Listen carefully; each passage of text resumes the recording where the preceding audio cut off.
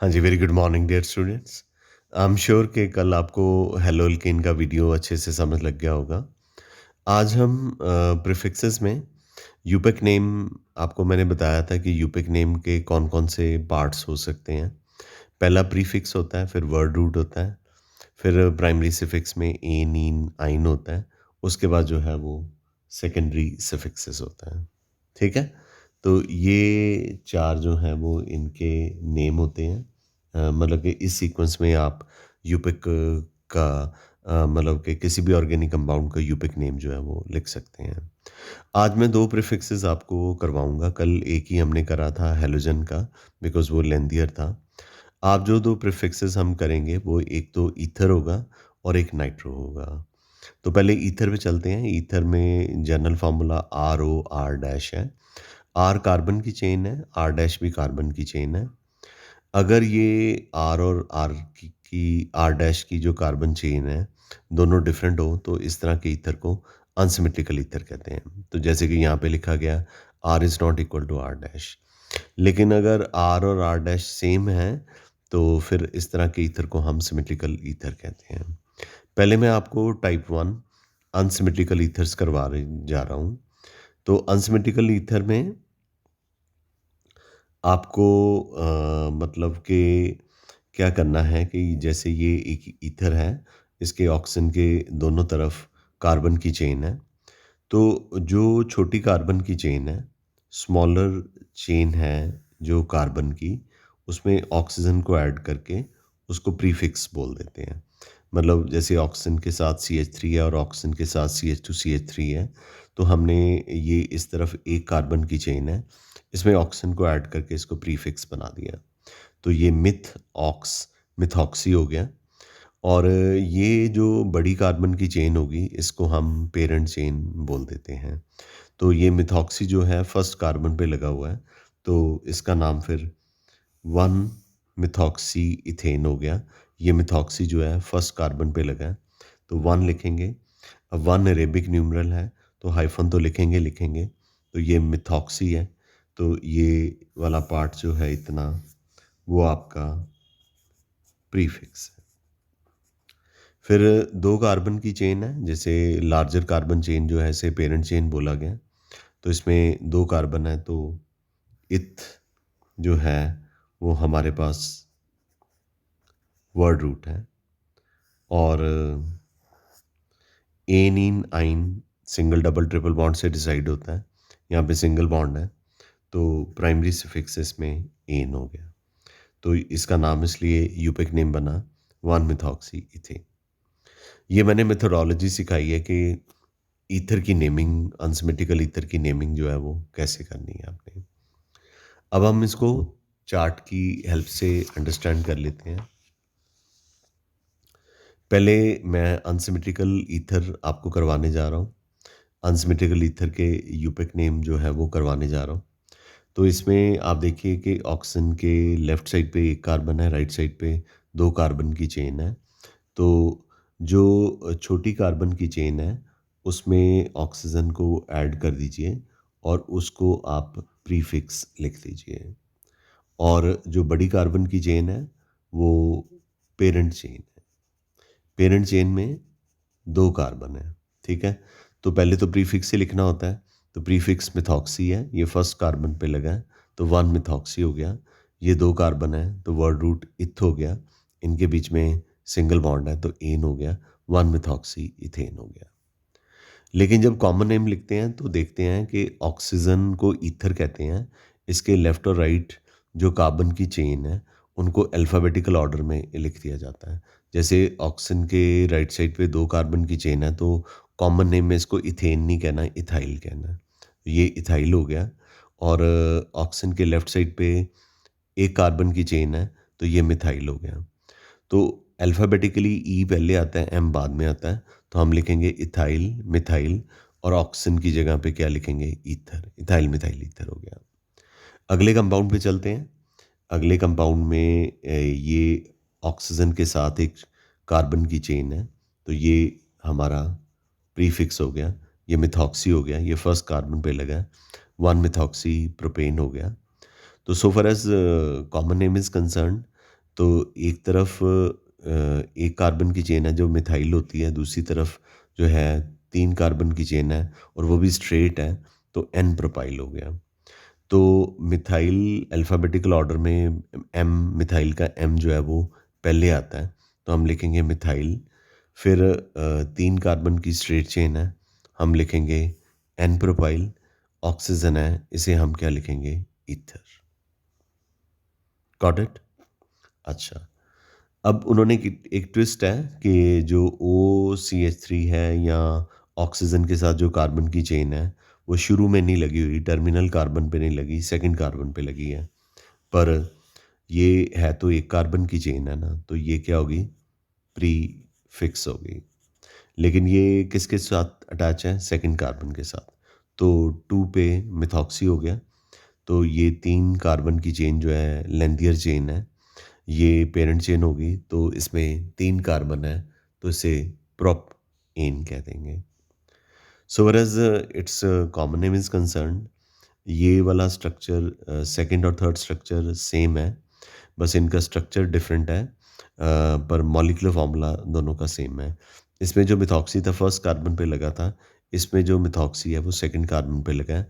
यूपिक name से देख लीजिए, 1 मिथॉक्सी प्रोपेन, और इस कंपाउंड का नाम 2 मिथॉक्सी प्रोपेन। ये चेन जो थी वो स्ट्रेट चेन थी, पर मिथॉक्सी जो कि सेकंड कार्बन पे आ गया, तो हम इसे एन प्रोपाइल नहीं कह सकते, इसे आइसोप्रोपाइल कहना पड़ेगा। तो इसको अल्फ़ाबेटिकली लिखना होता है, मिथाइल पहले आ जाएगा क्योंकि एम पहले साउंड होता है अल्फ़ाबेट्स में, और आइसो का आई नहीं देखना, प्रोपाइल का पी देखना है। तो आइसो प्रोपाइल मतलब ये कार्बन की चेन आप तो कहेंगे स्ट्रेट है, लेकिन स्ट्रक्चर तो ब्रांच्ड हो गया ना, तो इसे आइसो प्रोपाइल ईथर, ऑक्सीजन की वजह से इसे ईथर कह देते हैं। अब हमारे पास ऑक्सीजन के लेफ्ट साइड पे 3 कार्बन की चेन है और राइट हैंड साइड पे 2 कार्बन की चेन है। तो जो 2 कार्बन की चेन है वो 3 कार्बन की चेन से छोटी होती है। ये प्रीफिक्स हो गया। ये प्रीफिक्स फर्स्ट कार्बन पे लगा है। तो 1 इथ प्लस ऑक्स, इथॉक्सी, 3 कार्बन है तो प्रोपेन हो गया। अब जब कॉमन नेम लिखते हैं तो ऑक्सीजन के दोनों तरफ की कार्बन की जो चेन है उनको अल्फ़ाबेटिकल ऑर्डर में लिखते हैं। ऑक्सीजन के राइट हैंड साइड पे एक कार्बन की चेन है जिसका नाम इथाइल है। ऑक्सीजन के लेफ्ट हैंड साइड पे एक कार्बन की चेन है जो कि 3 कार्बन की है और वो स्ट्रेट है, उसे एन प्रोपाइल कह देते हैं। एन तो चलो नहीं देखना होता, पर इथाइल का ई तो पहले ही आता है अल्फ़ाबेट में, तो हम लिखेंगे इथाइल। फिर ये स्ट्रेट चेन है, फिर हम लिखेंगे एन, फिर हम लिखेंगे 3 कार्बन है प्रोपाइल, ऑक्सीजन की जगह पे हम क्या लिखेंगे? ईथर। Got it? अब ये जो स्ट्रक्चर है ये इसके जैसा ही है, लेकिन इसमें ऑक्सीजन के साथ जो ग्रुप लगा है, मिथॉक्सी की बजाय C2H5 लगा है, मतलब इथॉक्सी लगा है। नंबरिंग इस तरह से करनी होती है कि ये जो प्रीफिक्स है, जिस कार्बन के साथ भी लगा है, उस कार्बन को छोटा नंबर मिले। तो आप 1, 2, 3 ऐसे भी कर सकते हैं और इधर से भी कर सकते हैं 1, 2, 3। तो सेकंड कार्बन पे इथॉक्सी लगा, तो ये 2 इथॉक्सी हो गया, 3 कार्बन की चेन है, तो ये प्रोपेन हो गया। इसका नाम इथाइल आइसोप्रोपाइल ईथर है। आइसोप्रोपाइल इसलिए कि मतलब ये ब्रांच चेन आपको नज़र आ रही है कि ये ब्रांचिंग हो गई है इसकी। तो जब ब्रांचिंग हो जाती है तो हम क्या लिखते हैं? आइसो। जैसे यहाँ पे भी ब्रांचिंग हो गई थी, सारा कुछ स्ट्रेट नहीं था। यहाँ पे भी ब्रांचिंग हो गई है, सारा कुछ स्ट्रेट नहीं है, तो इथाइल आइसोप्रोपाइल ईथर कह देंगे। सिमेट्रिकल ईथर में क्या होता है?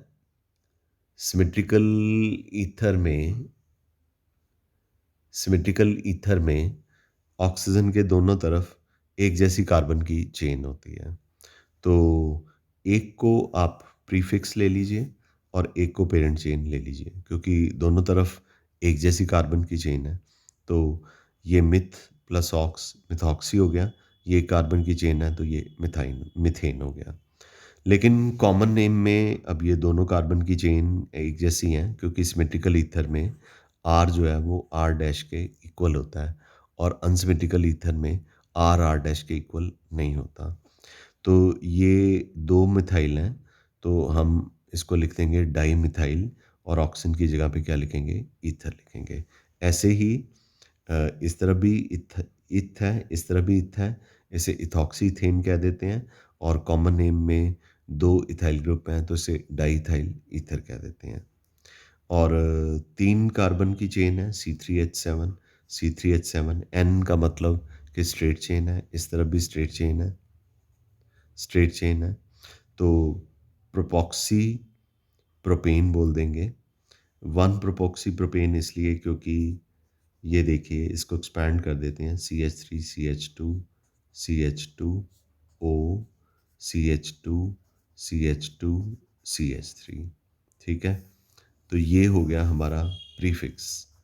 क्योंकि ऑक्सीजन के दोनों तरफ एक जैसी कार्बन की चेन है ना, तो फिर हम जिसको मर्जी प्रीफिक्स बना लें, चाहे इसको बना लें चाहे इसको बना लें।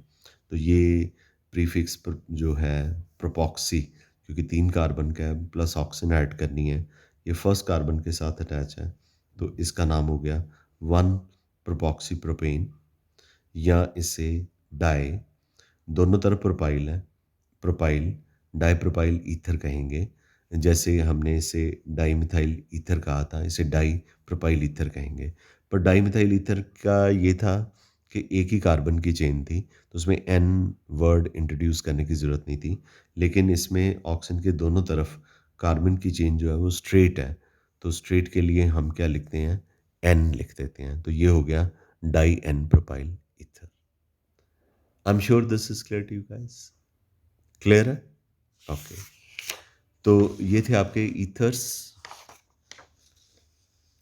आगे हम नाइट्रो ग्रुप पे चले जाते हैं। जो हमारा थर्ड प्रीफिक्स है वो नाइट्रो ग्रुप है। इसके कॉमन नेम नहीं होते।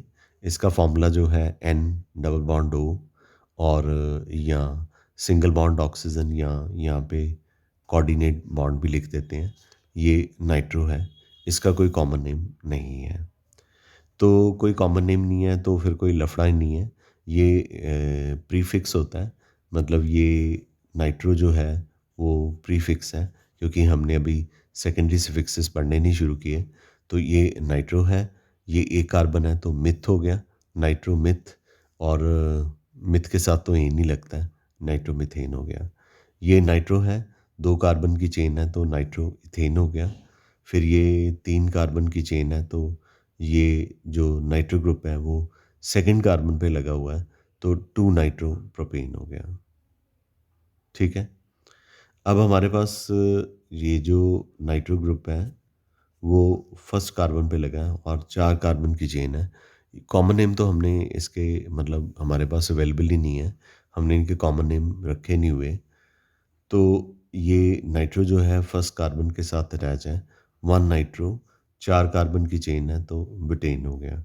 अब ये नाइट्रो जो है इस कार्बन के साथ लगा है, तो नंबरिंग इधर से शुरू करें। अगर इधर से शुरू करता हूँ तो ये रॉन्ग है।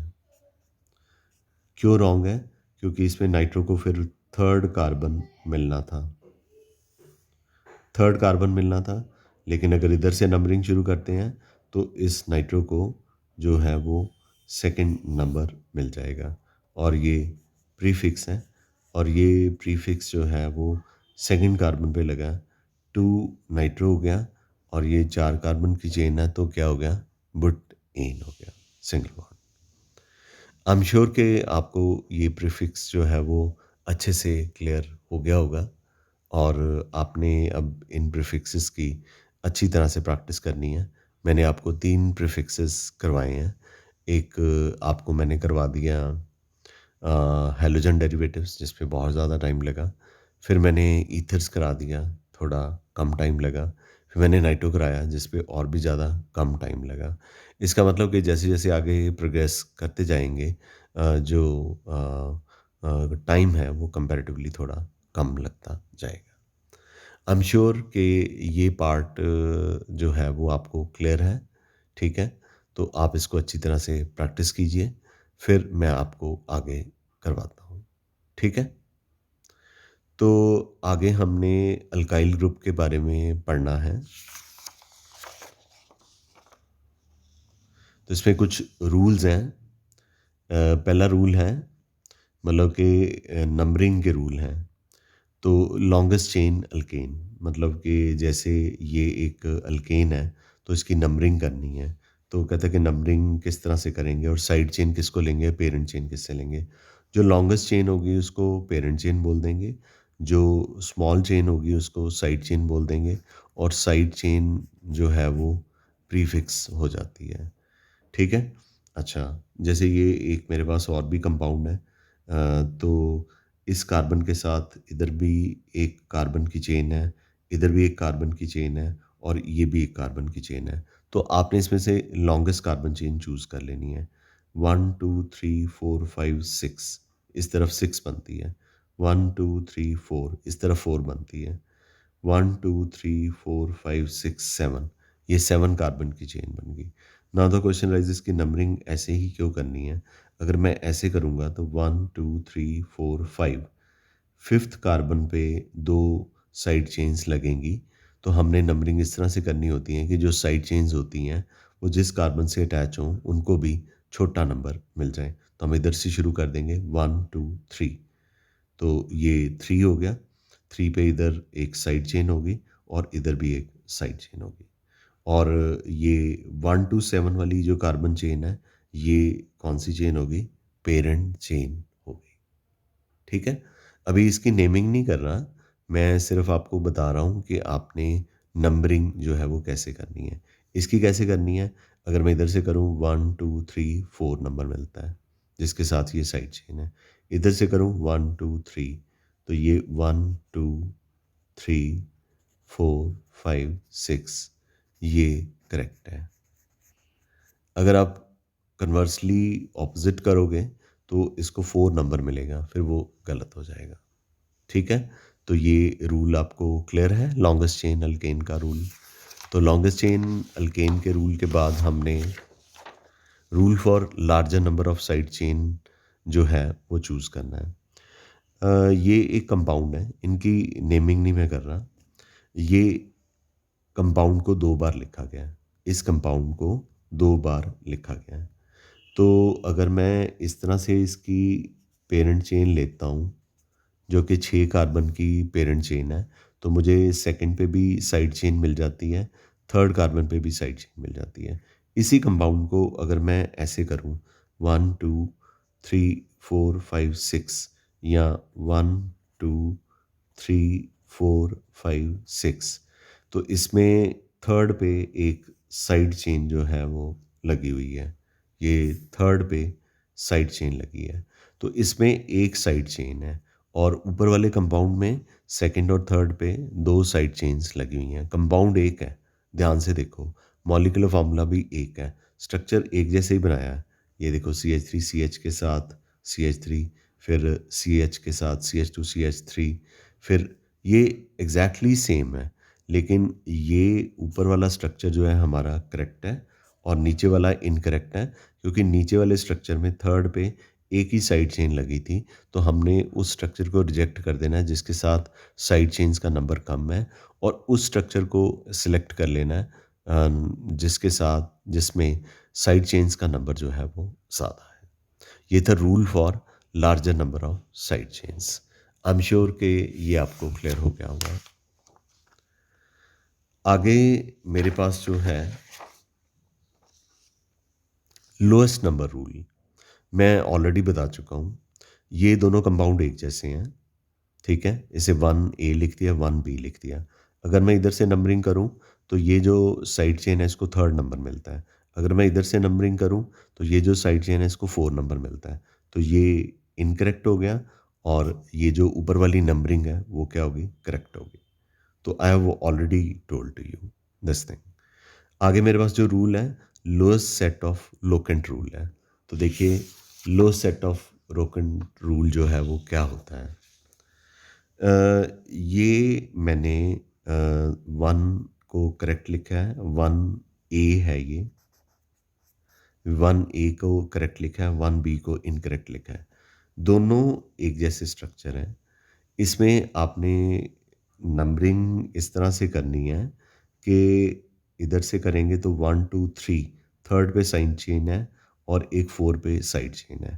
तो थर्ड और 4 3 प्लस 4 को ऐड कर देना है।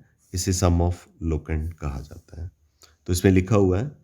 और अगर मैं नंबरिंग 1 2 3 4 5 6 7 की बजाय उल्टी कर दूं 1 2 3 4 5, फिर लोकेंट एक जो है 4 पे लगा हुआ है, मतलब एक साइड चेन 4 पे लगी हुई है और एक साइड चेन जो है वो 5 पे लगी हुई है। 4 प्लस 5 कितना होता है? 9 होता है। तो जिसका लोएस्ट सम ऑफ लोकेंट होता है वो स्ट्रक्चर करेक्ट होता है, वो नंबरिंग जो है वो करेक्ट होती है। और जिसमें लोएस्ट सम ऑफ लोकेंट जो है वो ज़्यादा होता है वो जो है स्ट्रक्चर इनकरेक्ट होता है। इसका मतलब कि ऊपर वाले स्ट्रक्चर में जो नंबरिंग का तरीका है वो करेक्ट है, नीचे वाले स्ट्रक्चर में जो नंबरिंग का तरीका है वो इनकरेक्ट है। हालांकि दोनों स्ट्रक्चर जो है वो एक जैसे हैं। क्लियर है? तो ये नंबरिंग करने के रूल्स आपको सिखाए जा रहे हैं। बाकी प्रैक्टिस से आएगा, ये नहीं है कि मतलब प्रैक्टिस से नहीं आएगा आपको, प्रैक्टिस से आ जाएगा। अब मैं एक और एग्जांपल ले रहा हूँ। ये 1A और 1B दोनों एक जैसे स्ट्रक्चर हैं। तो इसमें नंबरिंग में अगर इधर से करता हूँ 1 2 3 4 5, तो 2 पे लोकेंट है, 2 पे नीचे भी लोकेंट है। तो फिर 2 को 2 बार लिखना है क्योंकि 2 के ऊपर भी लोकेंट है, 2 के कार्बन के नीचे भी लोकेंट है, 2 प्लस 2। और एक लोकेंट पे साइड चेन जो है फोर्थ कार्बन पे लगी हुई है। तो सेकंड कार्बन या सेकंड लोकेंट पे दो साइड चेन्स हैं, तो 2 को 2 बार ऐड करेंगे, 2 प्लस 2। और फोर्थ पे भी एक साइड चेन है, 2 plus 2 plus 4 is equal to 8। ये फर्स्ट ए है। अगर मैं इसकी नंबरिंग ऐसे कर देता हूँ तो फिर क्या होता है? 1 2, स्ट्रक्चर वही पकड़ना है, 1 2 3 4 5। तो एक लोकेंट मेरा 2 है, तो ये मैंने 2 ले लिया। एक मेरा 4 पे 2 बार है, 4 मुझे 2 बार लिखना पड़ेगा। लोकेंट इसमें 10 आया, इसमें लोकेंट जो है वो 8 आया। तो जो मिनिमम सम ऑफ लोकेंट होता है वो स्ट्रक्चर की नंबरिंग जो है करेक्ट होती है। और जिसमें लोकेंट का नंबर सम ऑफ लोकेंट चाहे एक ही ज़्यादा आ जाए, जैसे ये 8 है, ये 9 आ जाए, तो ये इनकरेक्ट होगा। हाँ, अगर ये 7 आ जाता तो फिर ये करेक्ट होता, ये इनकरेक्ट हो जाता। I am sure this is clear to you guys. Alphabetical order already आपको बहुत बार बता चुका हूँ। ये एक स्ट्रक्चर है, इसके सेकंड पे मिथाइल है, थर्ड पे इथाइल है। तो आपने लिखते वक्त 2 मिथाइल नहीं लिखना पहले। ये साइड चेन है, ये भी साइड चेन है, ये हमारी जो है पेरेंट चेन है। तो आपने थर्ड पे जो साइड चेन है वो इथाइल है, 2 कार्बन की। सेकंड पे जो साइड चेन है वो मिथाइल है। अल्फ़ाबेटिकली ई पहले आता है, एम बाद में आता है। तो हम लिखेंगे 3 पे इथाइल, 2 पे मिथाइल और 6 कार्बन है तो हेक्सेन। ये करेक्ट है। अगर मैं इसको उलट कर दूं, यानी कि मैं कहूँ कि 2 पहले आता है, 3 बाद में आता है, तो मैं लिख दूं 2 मिथाइल, 2 पे मिथाइल, 3 पे इथाइल और हेक्सेन लिख दूं। क्योंकि सम ऑफ लोकेंट दोनों में सेम है। इसमें भी 3 प्लस 2 5 होता है, इसमें भी 2 प्लस 3 जो है वो 5 होता है। पर अल्फ़ाबेटिकल रूल भी फॉलो करना है। अल्फ़ाबेटिकली इथाइल को पहले लिखना चाहिए, मिथाइल को बाद में लिखना चाहिए। क्योंकि एबीसी में ई पहले आता है, एम बाद में आता है। तो ये इनकरेक्ट हो जाएगा और ये जो है वो आपका करेक्ट होगा। ऐसे ही आगे एक और एग्जाम्पल दी हुई है। ठीक है? क्लियर है बेटा? अच्छा, कई बार क्या होता है कि सम ऑफ लोकेंट जो है वो दोनों तरफ से इक्वल आता है। जैसे इधर से नंबरिंग कर रहे हैं 1 2 3 4 5 6 7। थर्ड पे एक इथाइल ग्रुप साइड चेन लगी हुई है और एक फिफ्थ पे लगी हुई है। तो 3 प्लस 5 क्या हो गया? 8 हो गया। अगर इधर से करूं जो रेड पेन से लिखी हुई है 1 2 3, ये 3 हो गया। और ये 5 हो गया, 3 + 5 ये भी 8 हो गया। नाउ द क्वेश्चन राइजेस कि क्या करें? ये नंबरिंग करेक्ट माने लेफ़्ट टू राइट के राइट टू लेफ़्ट वाली जो है वो करेक्ट माने। तो बच्चों लेफ़्ट टू राइट वाली करेक्ट इसलिए है क्योंकि इथाइल को छोटा नंबर मिल गया है। इथाइल ई जो है अल्फ़ाबेटिकली एम से पहले आता है। बेशक 3 + 5 8 होता है और नीचे से इस तरह से नंबरिंग करें वो भी 3 + 5 8 होता है। पर तब फिर क्या लिखते हैं हम 5 इथाइल लिखते हैं। तो हमने अब क्या करना है कि इथाइल को पहले लिखना तो होता ही है, तो अगर उसको नंबर भी छोटा मिल जाए तो वो ज़्यादा अच्छा होता है।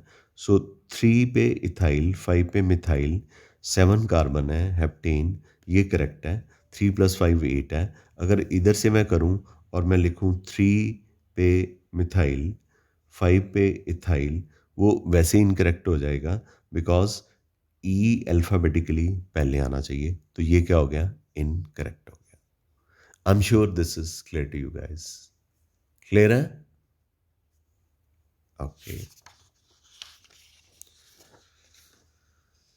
नेमिंग सेम अल्काइल ग्रुप अगला रूल है। Naming same alkyl group at different position. मतलब एक जैसे अल्काइल ग्रुप्स हैं, ये साइड चेन है मिथाइल, ये भी साइड चेन है मिथाइल, ये भी साइड चेन है methyl. Now the question arises के इधर से नंबरिंग करें तो इसको 2 नंबर मिलता है, इधर से करें तो इसको भी 2 मिलता है। पर इसके 2 पे 2 बार जो हैं साइड ब्रांचेस लगी हुई हैं, 2 साइड चेन्स हैं और इसमें 4th पे 1 साइड चेन्स है। तो सम ऑफ लोकेंट रूल भी अप्लाई हो जाता है। 2 पे 2 बार है, 2 + 2 और ये 4 है तो +4 कर दो। तो ये 3 बार मिथाइल है तो ट्राई लिखेंगे अब। नंबर इनके पहले लिख दिए, 2 पे मिथाइल है, 2 पे मिथाइल है, 4 पे मिथाइल है। तो हम ऐसे नहीं लिखेंगे 2 मिथाइल, 2 मिथाइल, 4 मिथाइल, नो। हम लिखेंगे 2, 2, 4, नंबर आ गए इनके, हाइफन, 3 बार मिथाइल है, ट्राई आ गया, इनका नाम मिथाइल है, मिथाइल आ गया, पेरेंट चेन में 5 कार्बन है, पेंटेन आ गया। ठीक है? तो अगर इधर से करते तो पता क्या होना था? सम ऑफ लोकेंट जो था वो ज़्यादा हो जाना था। इसमें जैसे 2 + 2 + 4 यानी 8 आता है सम ऑफ लोकेंट। अगर इधर से करते 2 + 4 + 4 यानी कि 10 आ जाना था सम ऑफ लोकेंट। इसलिए हम इधर से नंबरिंग नहीं करेंगे, इधर से नंबरिंग करेंगे। ऐसे एक और एग्जांपल है। ये एग्जैक्टली इसके जैसी ही है। इसमें बस एक सारे इसमें सारे मिथाइल ग्रुप थे, इसमें एक इथाइल ग्रुप भी है। तो नंबरिंग इधर से कर रहे हैं, इधर से करेंगे तो 1 2 3 4 5, 3 + 3 + 5 आ जाता है। लेकिन इधर से करने से मिथाइल जो है वो हमारा मतलब सेकंड नंबर पे ही आ गया, इधर से ये थर्ड नंबर पे आने थे। तो 4 पे मिथाइल तो है पर इथाइल भी है, तो पहले इथाइल को लिखना होता है, 4 इथाइल लिखेंगे, 2 और 4 पे डाईमिथाइल है और 6 कार्बन है तो ये हेक्सेन हो गया। क्लियर है बेटा? तो ये थे कुछ रूल्स अल्काइल ग्रुप की नेमिंग के लिए। तो ये प्रैक्टिस के लिए मैंने ये कंपाउंड्स आपको दिए हुए हैं, तो ये प्रैक्टिस आपने इसकी करनी है। ठीक है बच्चा? तो इनकी प्रैक्टिस करेंगे तो फिर हम सेकेंडरी सफिक्सेस के यानी फंक्शन ग्रुप की यूपिक और कॉमन नेमिंग जो है वो करनी शुरू कर देंगे। That is all for the day. Thank you very much. We call it a day. Love you all. See you tomorrow back with the next video of nomenclature. Thank you. Love you all.